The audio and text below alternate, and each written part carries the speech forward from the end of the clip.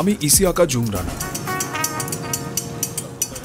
2000 সাল থেকে আমি ট্যাক্সি ড্রাইভারের কাজ করি। শহরটাকে চিনতে, মানুষের সাথে কথা বলতে আর কাজ করতে এই পেশায় আছি।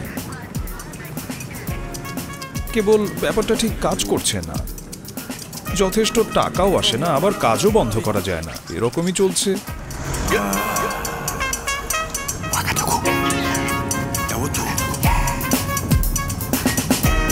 লাইসেন্স প্রাপ্ত ট্যাক্সি 2000, রাস্তায় ট্যাক্সি চলছে 7000।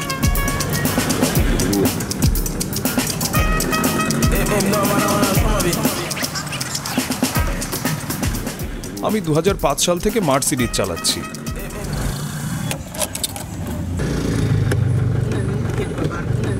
নষ্ট হলে আমি সহজেই ঠিক করে ফেলতে পারি এটাকে। আজ সকালেও 2 বার নষ্ট হয়েছে। এখানে আসার আগে ঠিক করলাম, যদি গ্রামের দিকে থাকতাম অসম্ভব হতো। 1990 সালে ওয়াগাদুগুর জনসংখ্যা ছিল 5,37,000। 2019 সালে তা দাঁড়িয়েছে 29,66,300-তে।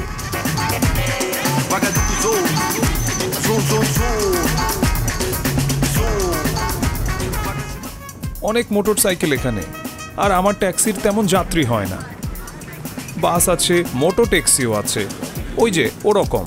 আগে এসব এখানে ছিল না, এখন আমাদের কাজ কমে গেছে। অটো রিকশায়ও ভরে গেছে আমাদের এলাকা। ভালো যাত্রী হলে 10,000 থেকে 20,000 দেয়। 50,000 থেকে 1 লক্ষ ফ্রাঙ্ক পেলে তো হয়েই যায়, কিন্তু পাওয়া যায় 300, 500, 1000 ফ্রাঙ্ক।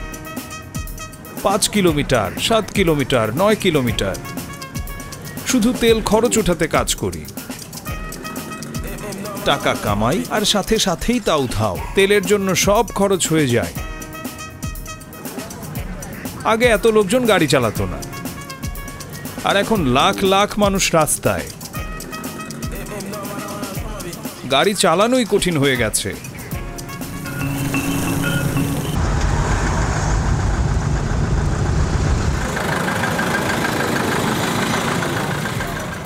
বারবার থামলে মার্সিডিজ সেটা মোটেও পছন্দ করে না। বয়স হয়েছে তো, 2 বার 3 বার থামলেই ইঞ্জিন গরম হয়। বুঝলেন তো, ইঞ্জিন গরম হয়। মার্সিডিজ এর একদমই গরম পছন্দ না। এমনকি আমি দুপুরবেলায় চালাইও না।